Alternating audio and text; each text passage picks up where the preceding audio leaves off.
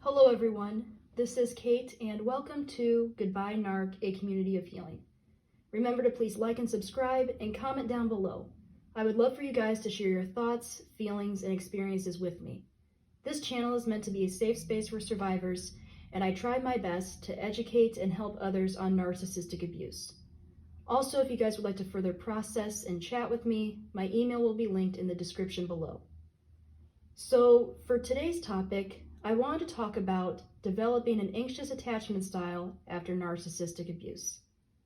This is very common for individuals who experienced narcissistic abuse. Narcissistic abuse can create an environment of emotional instability, uncertainty, and inconsistency. This can lead to feelings of insecurity and anxiousness in future relationships. Now, anxious attachment style is defined by a strong desire for closeness and intimacy, a fear of abandonment, and a natural inclination to want to seek reassurance and validation from others. There are many ways in which narcissistic abuse can contribute to developing an anxious attachment style. Number one, through trauma bonding. Narcissistic abusers often create a strong emotional bond with their victims through manipulation and control. This can lead to a pattern of seeking that validation and reassurance in future relationships. Number two, a fear of abandonment.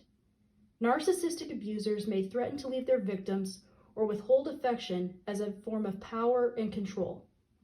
As a result, this can create trauma in victims and can cause a deep-rooted fear of abandonment that persists for a long time after the abuse. Number three, low self-esteem and a distorted self-image can manifest too after narcissistic abuse. This leads to victims believing they are unworthy of love and attention, which fuels that need for validation and reassurance from others. Next, number four, is trust issues and hypervigilance, which I will admit was and still is something I've struggled with, especially after going through this kind of abuse. When you experience betrayal and deception in a narcissistic relationship, it can be difficult to trust others and feel secure in future relationships. Also, with hypervigilance, you may be constantly on high alert, looking out for any potential threats in order to protect yourself.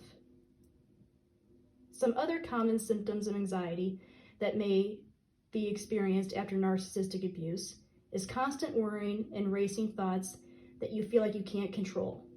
You may be worried about everything and anything, even if those things are unlikely to happen. Also, avoidance too. Avoiding situations or people that remind you of the abuse, which can ultimately limit you in your ability to live a full life. In addition, there may be physical symptoms that develop due to the anxiety, such as nausea and panic attacks. Remember that healing from narcissistic abuse is a process, and it takes time to heal and work through your anxiety. It is important to seek support if you're experiencing anxiety or have an anxious attachment style.